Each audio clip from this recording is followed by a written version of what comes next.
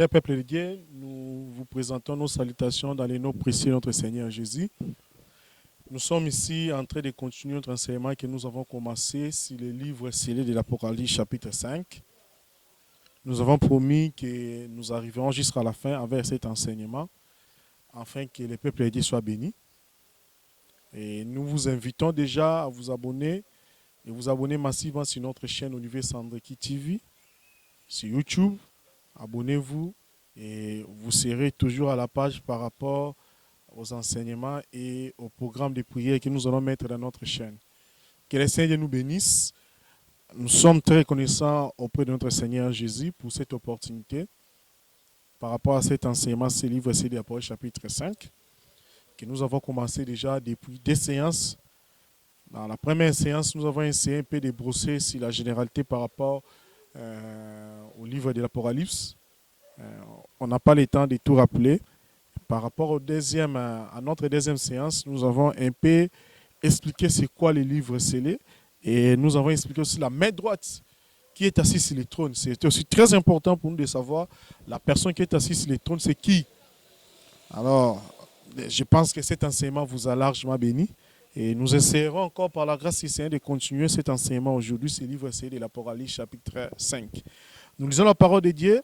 La Bible dit dans le livre d'Apocalypse chapitre 5 verset 1er, « Puis j'ai vu dans la main droite de celui qui est assis sur le trône un livre écrit en dedans et en dehors, scellé de 7 sceaux. » Ici, il s'agit de la révélation que l'apôtre Jean avait eue. Il avait vu le trône de notre Seigneur Jésus. Et le trône qu'il avait vu, à la main droite de celui qui était assis sur le trône, il y avait un livre. Le livre-là, ce livre était scellé de 7 sceaux. Mais le livre avait 7 sceaux. Et la Bible dit ceci. Personne dans le ciel ni sur la terre ne fut trouvé digne d'ouvrir le livre ni les regarder. Jean avait beaucoup pleuré de ce que personne ne put trouver digne d'ouvrir le livre ni les regarder.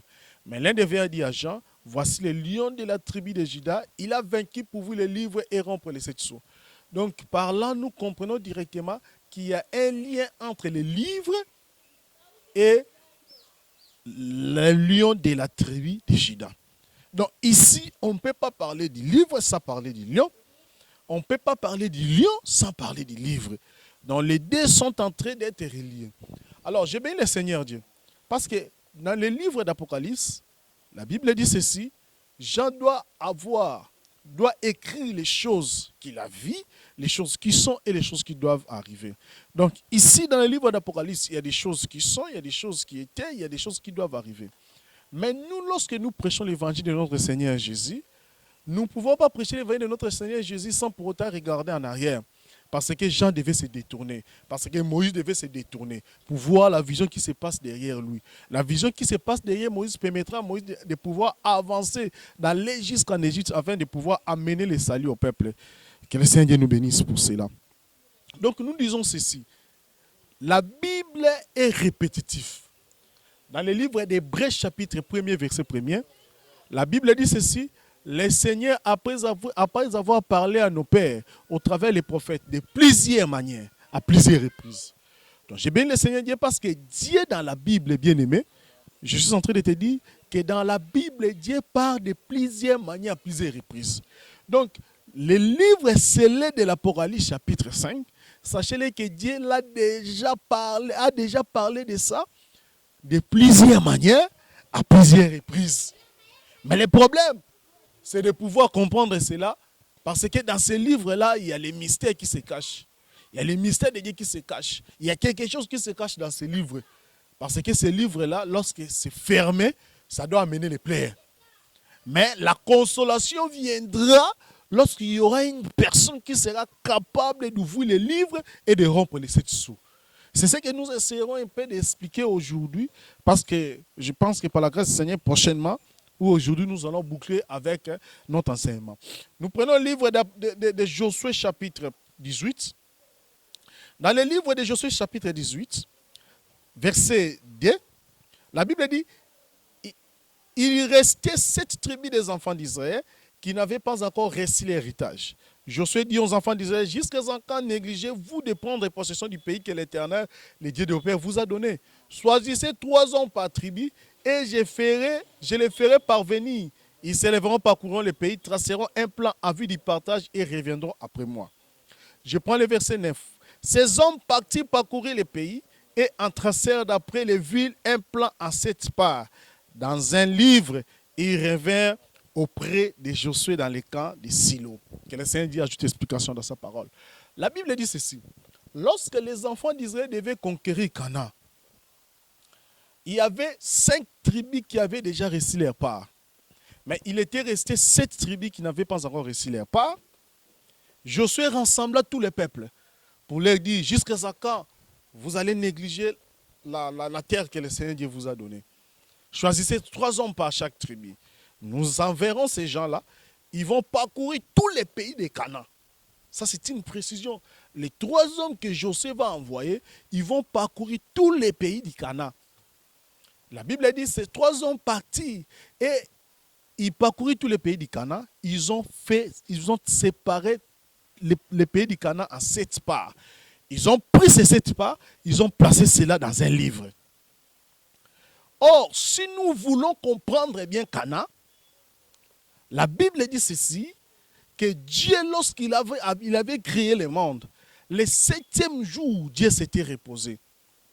Dieu a dit ceci aux enfants d'Israël. Je vais vous amener dans un pays où coule le lait et le miel. Je comprends par là que le Canaan, c'était un repos pour les enfants d'Israël. Parce que les enfants d'Israël devaient quitter l'esclavage, devaient quitter l'Égypte pour aller se reposer en Canaan, là où ils devaient glorifier Dieu. Donc, le Canaan qui est un repos, c'est toute une personne, c'est tout un homme. Donc, nous comprenons par là que le Canaan, c'est le Seigneur Jésus. Parce que le Seigneur Jésus, lorsqu'il est venu, il dit ceci. Venez à moi, vous tous qui êtes fatigués, chargés, je vous donnerai du repos. Le Seigneur Jésus, par cette parole, il voulait tout simplement dire aux enfants d'Israël. Il avait tout simplement dit que c'est moi qui suis le Canaan, c'est moi qui suis le vrai repos. Donc les enfants d'Israël, ici Dieu est en train de nous enseigner au travers des enfants d'Israël que dans leur lutte, lorsqu'ils sont en marche pour aller conquérir Canaan, Dieu voulait tout simplement dire qu'ils sont en train de marcher vers l'éternité. Parce que le Seigneur Jésus, c'est aussi lui la vie éternelle. Il dit ceci, je suis la vie. Donc Canaan, c'est aussi la vie éternelle. Canaan, c'est aussi l'éternité. Donc nous comprenons par là, bien aimé, qu'il y avait 12 tribus qui avaient déjà reçu l'éternité.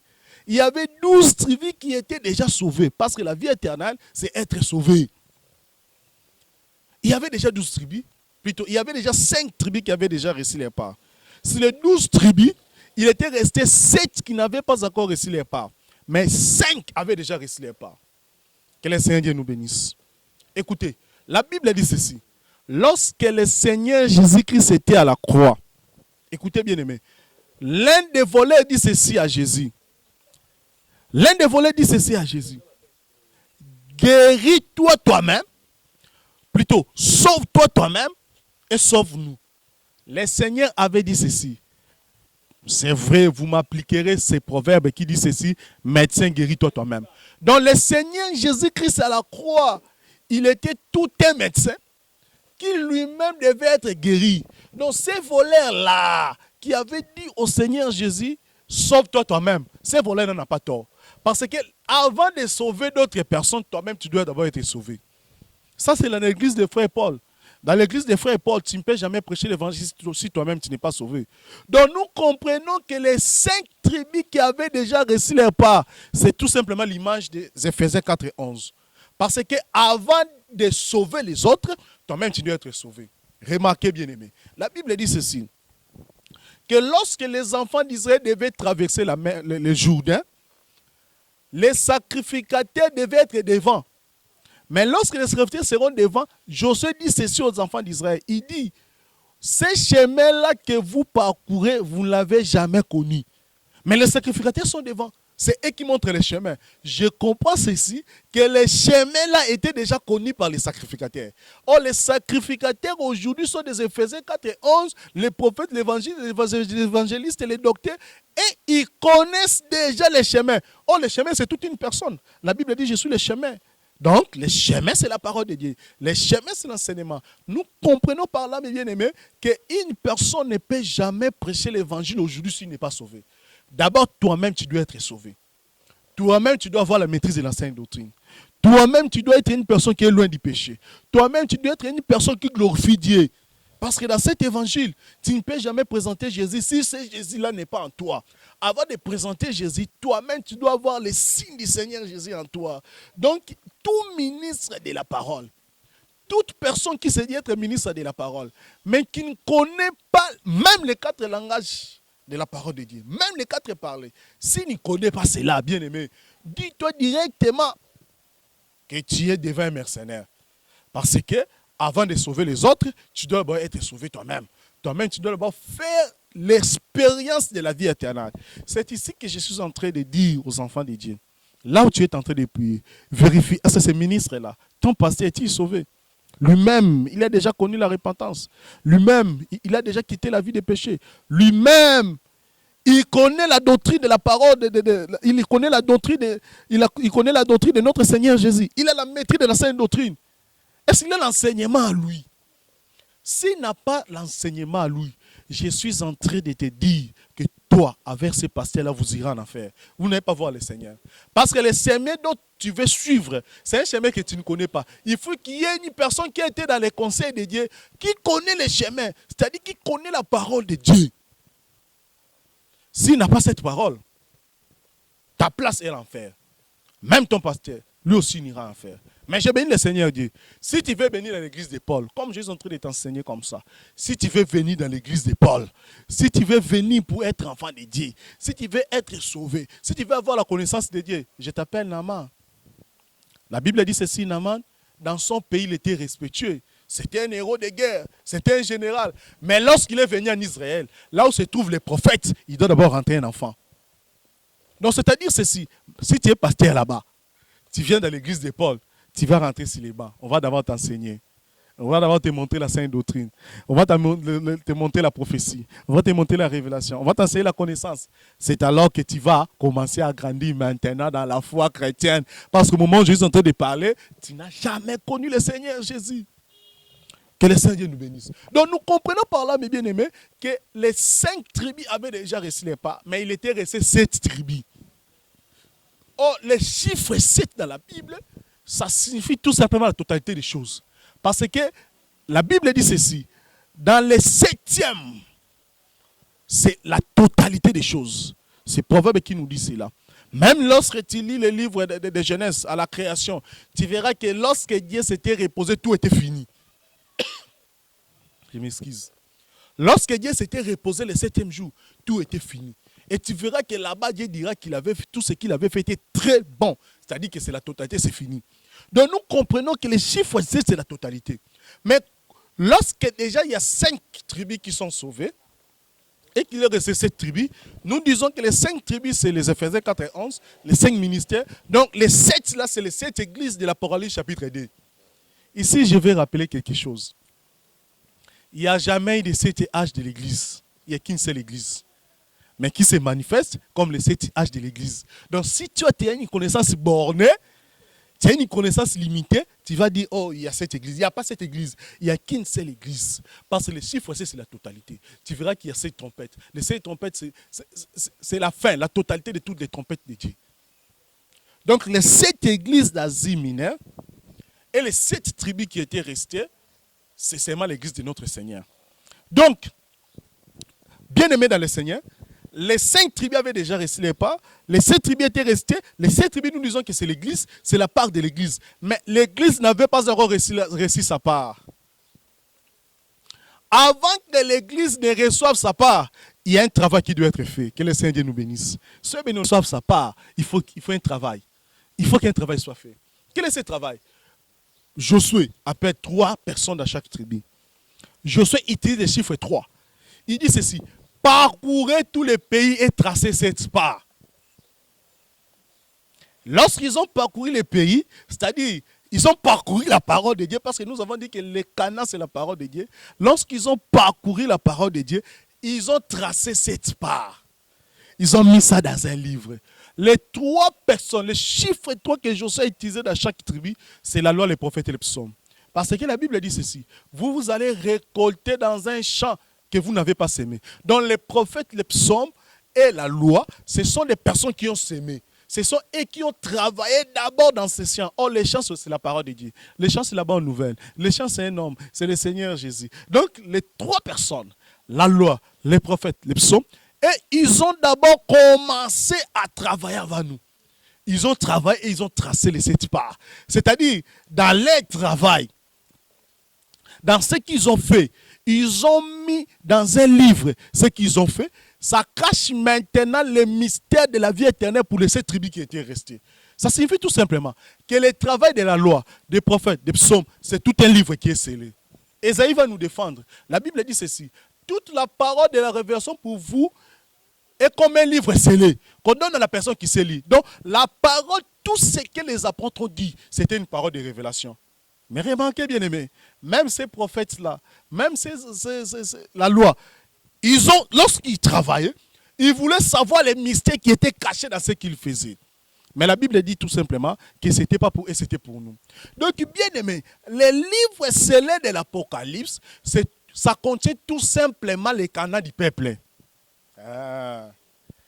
Les livres scellés de l'Apocalypse, ça contient les mystères de l'éternité pour le peuple. La Bible dit ceci. Les mystères de Dieu cachés de tout le temps. Voilà, c'est ça. Les mystères de Dieu qui a été cachés de tout le temps. C'est-à-dire, lorsque Moïse travaillait, qu'est-ce que Moïse a fait? Moïse a demandé, montre-moi ta face. Dieu lui a dit, tu ne verras pas ma face. Pourquoi? Les mystères de Dieu cachés. Mais pour nous aujourd'hui, le mystère n'est plus caché. Quand il a dit ceci à Philippe, Philippe, ne sais-tu pas que c'est lui qui m'a vu? Le mystère n'est plus caché pour nous. Donc le mystère qui était caché dans ce livre-là, dans le livre de 7 sceaux, là où il y avait l'éternité, ce mystère-là, aujourd'hui, il est révélé. Non, je suis en train de nous dire ceci. Il n'y a aucun prophète dans ce monde qui avait la capacité d'ouvrir les livres et rompre les 7 sceaux. Ce n'est que le Seigneur Jésus. On dit, voici les lions de la tribu. Ça, c'est notre enseignement. Mais je mets les badistrades pour te dire, c'est le Seigneur Jésus qui nous a révélé ces choses-là. C'est lui qui nous a révélé les mystères Dieu caché de tous les temps.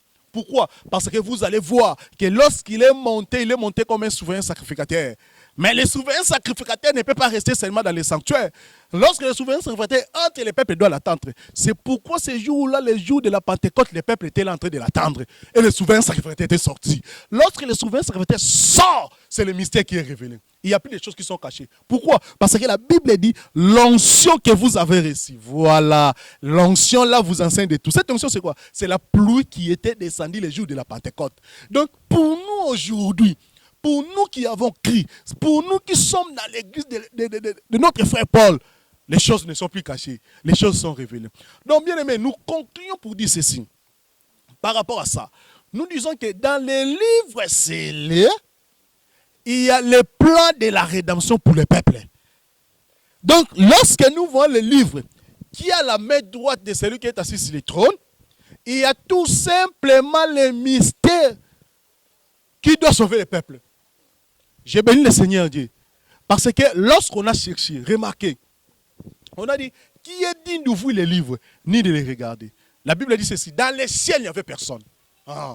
Dans les ciels, il n'y avait personne. Sur la terre, il n'y avait personne. Sous la terre, il n'y avait personne. Je suis en train de te dire, il n'y a qu'un seul nom qui est capable de nous donner le salut. C'est le nom de Jésus. Dans les ciels, il n'y a pas un autre nom. Sur la terre, il n'y a pas un autre nom. Sous la terre, il n'y a pas un autre nom. Sur la terre, je cherche William Mayon Branham, il n'est pas là. Je cherche Kimba, il n'est pas là. Je cherche Mohamed, il n'est pas là. Sous la terre, je cherche tous ces noms, ils ne sont pas là. Seulement que le nom de Jésus. C'est pourquoi la Bible dira, il n'y a qu'un seul nom qui a été donné par les hommes, qui est de nos hommes par lesquels ils peuvent être sauvés. C'est le nom de notre Seigneur Jésus. Que le Seigneur nous bénisse. Soyez bénis au nom de Jésus. Bien-aimé, que le Seigneur te bénisse. Toi qui es en train de nous suivre dans cet enseignement, je pense que cet enseignement t'a énormément béni. Je pense que Dieu continuera encore à te bénir. Mais le problème encore, ce livre-là se trouve à la main droite de celui qui est assis sur le trône. Ça aussi, c'est un problème. Les livres qui contiennent les mystères qui doivent nous sauver, les livres qui contiennent le plan de la rédemption se trouvent à la main droite de celui qui est assis sur le trône. Ça, c'est un grand problème. C'est pourquoi Mme Branham était capable de pouvoir s'approcher auprès de ces livres. Il est incapable parce que les livres se trouvent à la main droite. Si le livre était à la main gauche, ça a été une bonne chose pour moi. Si le livre était à la main gauche, ça allait être une bonne chose pour Mahomet, pour Kimban. Mais le livre se trouve à la main droite de celui qui est assis sur le trône. Or, la Bible dit ceci, la main droite de Dieu manifeste sa force. Tu comprends avec moi que la main droite là, c'est la force de Dieu. Avant de pouvoir avoir le livre, tu dois subir la force de Dieu. Si tu ne subis pas la force de Dieu, tu n'auras pas le livre. Remarquez avec moi. La Bible dit ceci. Dans le livre, je pense, de Juges, chapitre 1er, la Bible dit, qui montera le premier? Il y avait un problème du Canaan. Il y avait un problème pour aller conquérir Canaan, la montagne. Mais on a cherché, qui doit monter le premier? La Bible dit, c'est Judas qui montera le premier. Mais Judas dit ceci, je monterai avec mon frère Siméon. Donc, lorsque Judas monte à la montagne, pour aller conquérir Canaan, c'est-à-dire que pour aller voir, pour aller prendre ce livre-là, Judas est en train de monter avec Siméon. C'est pourquoi, lorsque Jean avait pleuré, on lui dit, voici Judas. Donc, Judas, c'est les lions. Voici les lions. Alléluia. Que le Seigneur te bénisse. On a dit, voici les lions. Mais lorsque Jean se détourne pour voir, au lieu que Jean puisse voir les lions, Jean voit l'agneau. Donc, c'est-à-dire, on lui dit, c'est Judas et Siméon. Parce que Siméon, c'est les ossements. Que le Seigneur nous bénisse. Siméon, c'est les ossements. À sa naissance, on a dit, Dieu m'a exaucé. Siméon, c'est les ossements. Donc, Judas qui monte comme un lion, il doit avoir les ossements qui est le lion, qui est l'agneau. Parce que pour que Dieu puisse ouvrir le ciel, j'ai béni le Seigneur. Ce jour-là, lorsque le Seigneur Jésus-Christ était sur la montagne de Golgotha, c'était toute une prière. On était en train de prier, afin que la montagne de Sinaï s'éloigne de nous et que nous puissions avoir la montagne de Sion, là où on est appelé à être enfant de Dieu. Mais Judas ne peut pas monter à la montagne pour mourir, afin que notre prière soit exaucée. Dieu a pris maintenant Siméon. C'est-à-dire Dieu a pris l'agneau. C'est pourquoi on lui dit, voici les lions. Mais lorsqu'il se tourne pour voir, il voit l'agneau. Au lieu de voir les lions, il voit l'agneau. C'est-à-dire, il est en train de voir Siméon. Donc, pour avoir les livres, il faudrait que toi, tu sois Siméon qui est en train de subir la frappe de Dieu. Lorsque je parle que Siméon est en train de subir la frappe de Dieu, je suis en train de voir seulement notre Seigneur Jésus qui est l'agneau de Dieu. Lui qui a subi Golgotha. Il a dit, Père, si cela était possible, enlève cette coupe devant moi. Or, la coupe là, c'était la frappe de Dieu. C'était la punition de Dieu. La Bible dit, il s'est fait pécher afin que nous soyons devenus des enfants de Dieu aujourd'hui. Donc, le Seigneur Jésus, lui seul, avait suivi la force de Dieu. C'est pourquoi il a la capacité d'avoir ce livre. Je suis en train de te dire, il y a une personne qui a vaincu les péchés. Il y a une personne qui a vécu la mort. Il y a une personne qui a vécu les autorités, les dominations. À cause de sa mort sur la croix, il a maintenant ta vie entre tes mains, entre ses mains. Personne dans ce monde ne peut décider sur toi. Même ta famille, même les sorciers de ton quartier, ils ne peuvent jamais décider sur toi. C'est pourquoi je te dis, si tu l'invoques, il va se manifester dans ta vie. Ici, on a fini. Que le Seigneur nous bénisse. Nous concluons pour dire ceci, que le livre scellé, c'est le mystère de la rédemption. Mais ce livre-là se trouve à la main droite de celui qui est assis sur le trône. Or, la main droite symbolise la force de Dieu. Alors, si tu veux avoir ce livre, à la main droite, tu dois d'abord subir la force de Dieu. C'est pourquoi le Seigneur Jésus, selon Ésaïe chapitre 53, il avait subi cela. Il est devenu péché, afin que nous soyons ce que nous sommes aujourd'hui. Il a été flagellé, il a été humilié. C'est ça. Il avait subi cela, afin qu'il puisse avoir la capacité de nous révéler les mystères cachés de Dieu de tous les temps. C'est pourquoi je te dis aujourd'hui, en tant qu'enfant de Dieu, je dis toi, ministre de la parole, le Seigneur Jésus a déjà révélé. Prends la parole de Dieu, prie Dieu, va auprès de ceux qui ont l'enseignement, auprès de ceux qui ont la parole de Dieu. Ils vont t'expliquer des choses, des grandes choses, parce que tout a été révélé. Je n'ai pas dit que nous connaissons tout. Là, je mets les balustrades. Je dis simplement que Dieu s'est déjà révélé. Pour notre salut aujourd'hui, Dieu s'est déjà révélé. Et si tu pries Dieu, si tu pars auprès de ceux qui ont l'enseignement, tu seras béni. Je pense que cet enseignement t'a encore béni. Que le Seigneur nous bénisse. Contactez-nous dans ces numéros ici, 089 620 95 12 ou sur Facebook, Olivier Sandreki. Vous allez nous avoir. Je pense que nous prierons pour vous et que Dieu va vous bénir prochainement.